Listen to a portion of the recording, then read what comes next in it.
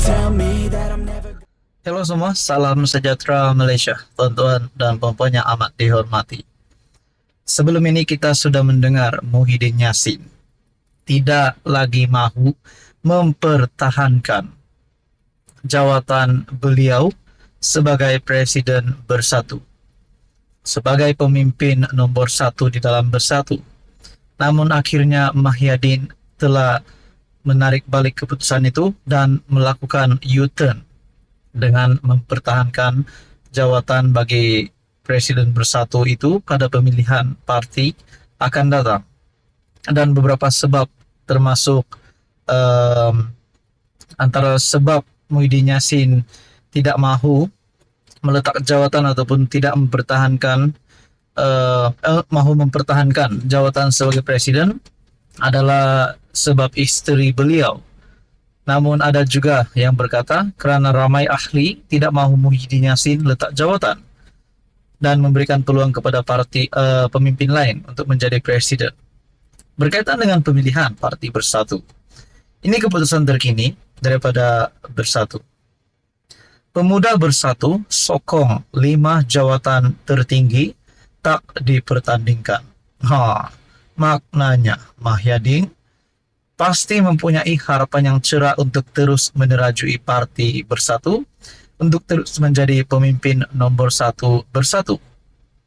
Bahkan sebelum ini, semasa era Muhyiddin yang terkini menjadi Presiden Bersatu, sehingga ada wakil rakyatnya sendiri yang menarik sokongan yang berpaling tada, menyokong pula kerajaan pimpinan Anwar. Jadi persoalannya, adakah selepas ini kalau Muhyiddin masih dikekalkan sebagai presiden, adakah ini akan menjadikan satu impak yang buruk terhadap Bersatu ataupun impak yang positif? Nah, itu menjadi persoalannya.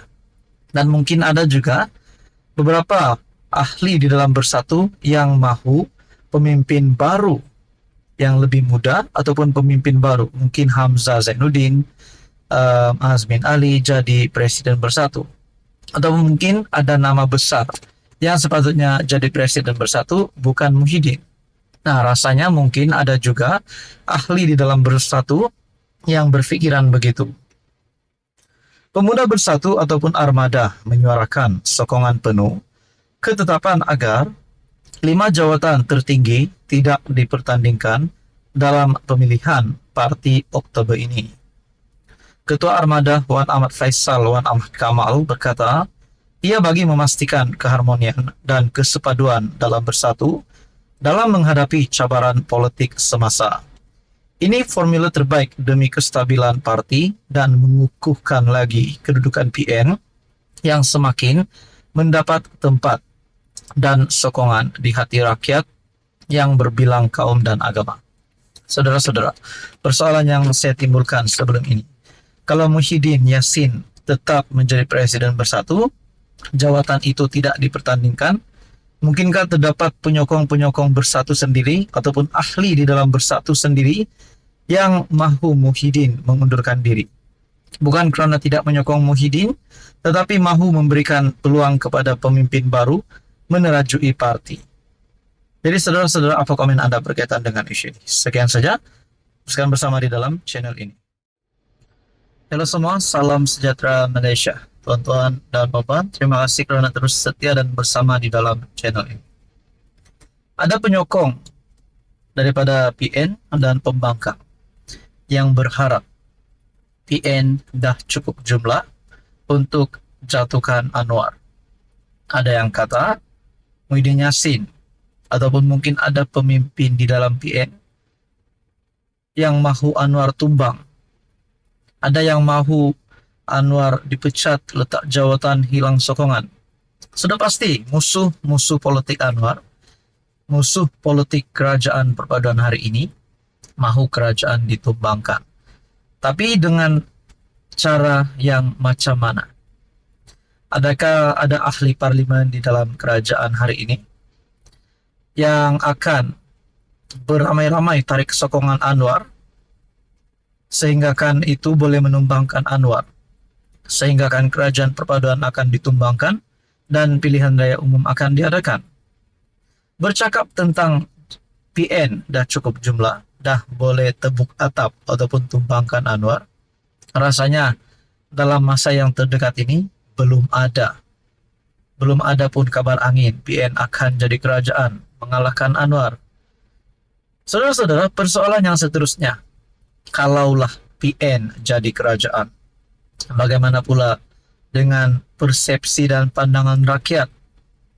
Di mana kita juga tahu beberapa pemimpin di dalam PN hari ini yang berhadapan dengan kes mahkamah berkaitan dengan rasuah, penyelewengan dana, salah guna kuasa.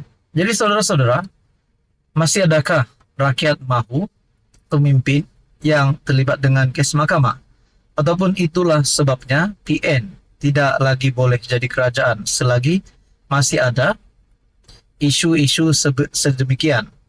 Jadi saudara-saudara, kalau saja PN jadi kerajaan nanti dah cukup jumlah, siapa pula calon Perdana Menteri yang bakal naik untuk jadi Perdana Menteri nanti kalau PRU diadakan? Adakah Muhyiddin Yassin nak angkat sumpah jadi PM11? Ataupun Hadi Awang? Ataupun Hamzah Zainuddin? Mungkin tidak mustahil Azmin Ali. Ataupun mungkin ada pemimpin di dalam PN yang Anda rasa layak untuk mengangkat sumpah jadi PM. Memang sah lah, memang betul akan ada Perdana Menteri yang baru angkat sumpah di Istana Negara. Anwar Ibrahim memang akan letak jawatan. Tapi persoalannya bila. Itu persoalan yang paling utama. Bila benda ini akan berlaku. Nak cakap esok pun mustahil juga. Tapi kita tahu lah dalam politik ini apa-apa pun boleh berlaku. Jadi saudara-saudara, itulah saya ada membuat kenyataan sebelum ini, persoalan sebelum ini. Kalau PN dah cukup jumlah, dipersilakan untuk jatuhkan Anwar. Tapi kalau belum cukup jumlah, kenapa nak kacau pemerintahan kerajaan perpaduan kerajaan madani hari ini? Kerana rakyat pun tahu kestabilan politik itu amat penting. Biasanya yang mahu Anwar tumbang ini hanya sekadar mereka membenci Anwar, tidak suka akan Anwar. Tapi sebenarnya rakyat Malaysia perlu menyokong kerajaan hari ini dan tunggu saja waktu yang tepat Anwar tumbang, barulah pemilihan ataupun pilihan raya umum akan diadakan. Jadi saudara-saudara, apa komen Anda? Kalau PN dah cukup jumlah, dipersilakan untuk tumbangkan Anwar. Teruskan bersama di dalam channel ini.